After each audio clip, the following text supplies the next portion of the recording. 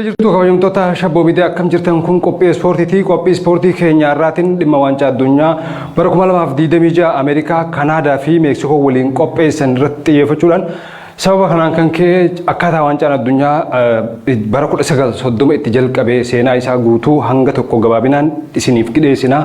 Nu faana turaachaa kan isin afeeru aan qopheessaan qophichaa Shamsuu Bashiiri. Dhuma bara 1880 keessa biyyoonni addunyaa irra guddaan kilaboota biyya isaanii keessatti maqaa magaalaatii fi naannolee ijaarratanii moggaasanii kubbaa miilaa taphachuu jalqaban. Seenaan akka himutti dhalootaa fi jalqaba waancaa addunyaa FIFA World Cup baay'ee namatti tolu.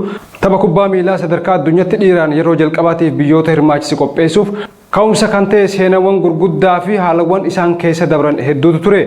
Yaada jalqabaa fi ka'umsa isaa yeroo sanitti taphoota Oloompikaa keessatti kubbaa miilaa beekamummaa guddaa argachaa dhufe.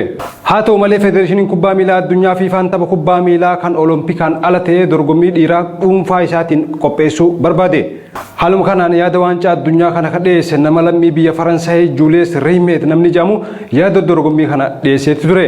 Maqaan waancaa addunyaa kan jalqabaas dandeettii isaatiin yaada kana waan fideef Julius Rimet Trophy yookaan waancaa Julius Rimet jedhamuun moggaafamee ture.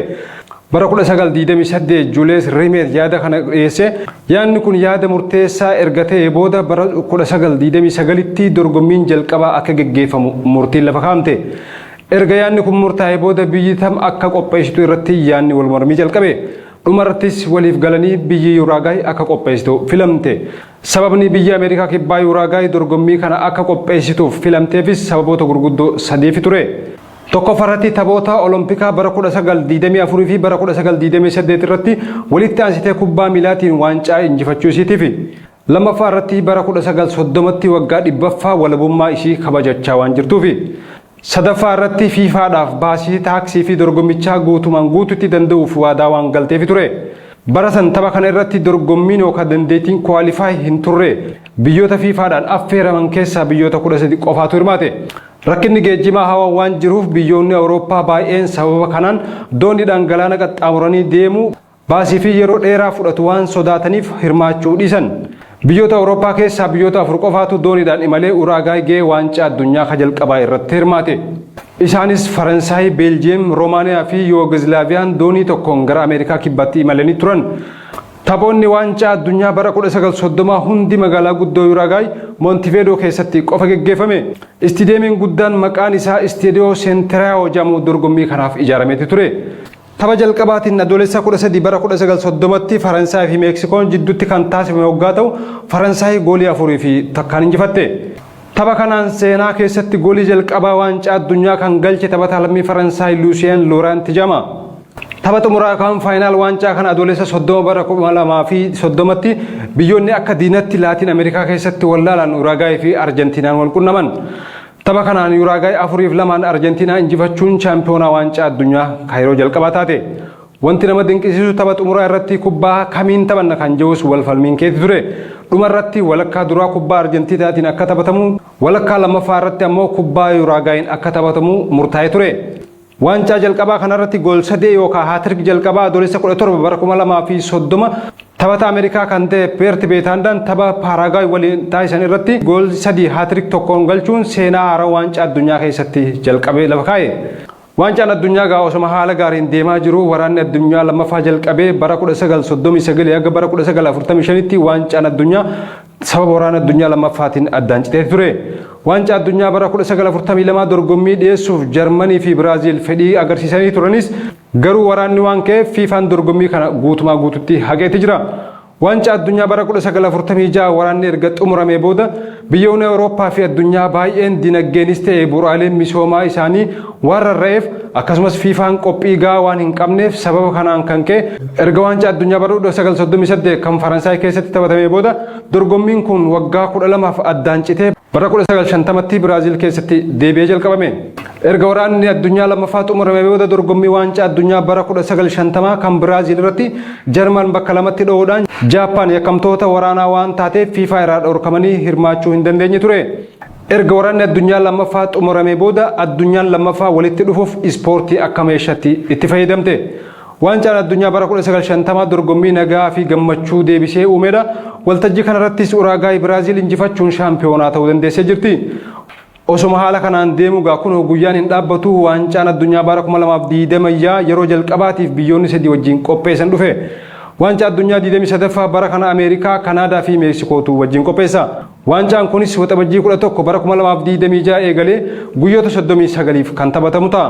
Taphoonni 104 waancaa addunyaa 23ffaa kanarratti kan taphataman hoggaa ta'u bara kana biyyoonni 48 ramaddiiwwan 12 jalatti ramadamuudhaan waancicha irratti waliin falmatu. Afrikaa keessaa biyyoota Afrikaa 10tu Afrikaa bakka bu'ee hirmaate. Waancaa kanaaf isteediyoomni 16 kan qophaa'e hoggaa ta'u isteediyoomni 12 Ameerikaa keessatti qophaa'e isteediyoomni 2 Kanaadaa fi Meeksikoon isteediyooma 2 qopheessitee jirti. Erga waancaan addunyaa kun jalqabee hanga ammaatti biyyoonni 8 garaagaraa waancaa addunyaa kana injifachuu danda'anii jiran. Biraaziil waancaa yeroo 5 injifachuun kan dursite hoggaa ta'u yeroo jalqabaaf bara faranjoota bara 1958 achumaan bara 1962 bara 1970 bara 1994 fi bara 2002 shaampiyoonaa addunyaa taatee jirti. Akkasumas Biraaziil waancaa addunyaa hundarrattuu hirmaachuun biyya seenaa addaa qabdudha.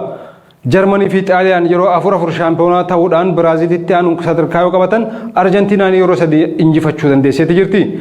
Bara kana waancaa addunyaa wanni adda taasisu keessaa tokko abbaa fi ilma waancaa addunyaa irratti hiriiran Liilaan Turaamii fi Maarkaas Turaam abbaa fi ilma yeroo adda addaatti garee biyyaalessaa Faransaay bakka bu'uudhaan waancaa addunyaa irratti hiriiranii taphatanii jiranidha.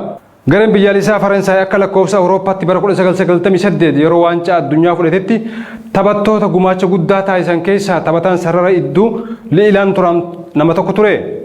Ijoolleen isaa abbaa isaanii hordofuun Maarkaasii fi Kaafriin Turaam sadarkaa guddaa irratti kubbaa miilaa taphachaatti argaman. Taphataan sarara fuulduraa kilaba Inter Miilaan Maarkaas Turaam akka abbaa isaa garee biyyaa Faransaay bakka bu'uuf carraa argatee jira. Maarkaas Turaam dorgommii waancaa addunyaa Qaaxar bara 2022 irratti garee xumuraaf gahee keessaa tokko ture. Waancaa bara 2026 irratti immoo garee Diider Deeshoon hoogganamuu fi shaampiyoonimmaaf tilmaamu keessatti miseensa ta'uun gara Ameerikaa kaabaa imaleeti jira. Qotesuun Maarkaas Turaam Kaafriin Turaam liigii Xaaliyaanii seeraa keessatti Juventus wajjin yeroo gaarii dabartus leenjisaa Faransaay Diider Deeshoo amansiisuu waan hin dandeenyeef osoo hin filatin hafe. Seenaa waancaa addunyaa kana keessatti taphataan yeroo 3 waancaa addunyaa injifatee abbaa kubbaa miilaa jaamuun kan beekamu taphataa lammii Biraaziil Peelee qofa. Akkasumas seenaa waancaa addunyaa keessatti taphattoonni goolii hedduu lakkoofsisan Miroslav Klose Jarman irraa goolii 16 lakkoofsisu. Lammaffaa irratti Roonaaldoo Luis Nazaariyoo de Lima Biraaziil irraa goolii 15, sadaffaa irratti Arjentiina irraa Leonel Messi goolii 13 galchuu dandeetti jira. Waancaa addunyaa dabran kana bara 2022 biyyi qopheessite Qaatar baajata doolaara biliyoona 100 baasuun kan qopheessite. Kunis seenaa waancaa addunyaa keessatti waancaa addunyaa baajanni guddaan irratti dhangala'ee ta'uun galmaa'eeti jira. Waancaa addunyaa bara 2022 dabree Arjentiinaan injifachuun isiitis ni yaadatama. Yeroo waa'ee waancaa addunyaa ka'u taphattoonni gurguddoon akka Peelee, Diyaagoo Armaandoo Maradoonaa, Zico, Roonaaldoo Luis Nazaariyoo de Lima, Luis Figo, Roberto Baggio, Paolo Maldini, Alexandro Del Piero, Rivaldo, Ronaldinho Gocho, Zinedine Zidane, Michel Platini, Marco Van Basten, Didier Deschamps, Dennis Bergkamp, Frank Rijkaard, Clarence Seedorf, Patrick Kluivert, Oliver Kahn, Gerd Müller, Franz Beckenbauer, JJ Okocha, Didier Drogba, Samuel Eto'o, Mohamed Abu Tarika, George Haji, Alhaji Diouf, Carlos Dunga, Cristiano Ronaldo, Lionel Messi, Diego Forlan, Luis Suarez, Raul Gonzalez, Thierry Henry, Patrick Vieira, Peter Schmeichel, Hernan Crespo, Gabriel Batistuta, Roberto Carlos, Cafu, Alexandro Nesta, Fabio Cannavaro, Joan Terry, Frank Lampard, Lilan Thuram, Claude Makélélé, Marco Materazzi fan yaadannoo namoota waancaa addunyaa yeroo dheeraa ilaalaa turaniiti. Leenjistoota keessaa immoo Marcelo Lippi, Carlos Alberto Ferreira, Luis Felipe Scolari, Raymond Domenech, Fabio Capello fi Joachim Löw maqaa dha'uun ni danda'ama. Waancaa addunyaa bara 2026 biyyoonni sadii Ameerikaa, Kanaadaa fi Meeksikoon qopheessan kana irratti eenyutu injifatee shaampiyoonaa ta'e mirgaan gala kaja'u wajjumaan kalaalu ta'a. Waancaa addunyaa ilaalchisee seenaan gabaabaan isiniif dhiyeessine kana fakkaataa qopheessaan qophichaan Shamsuu Bashirii qophiileen shabboo miidiyaa itti fufanii nagaan nu tura.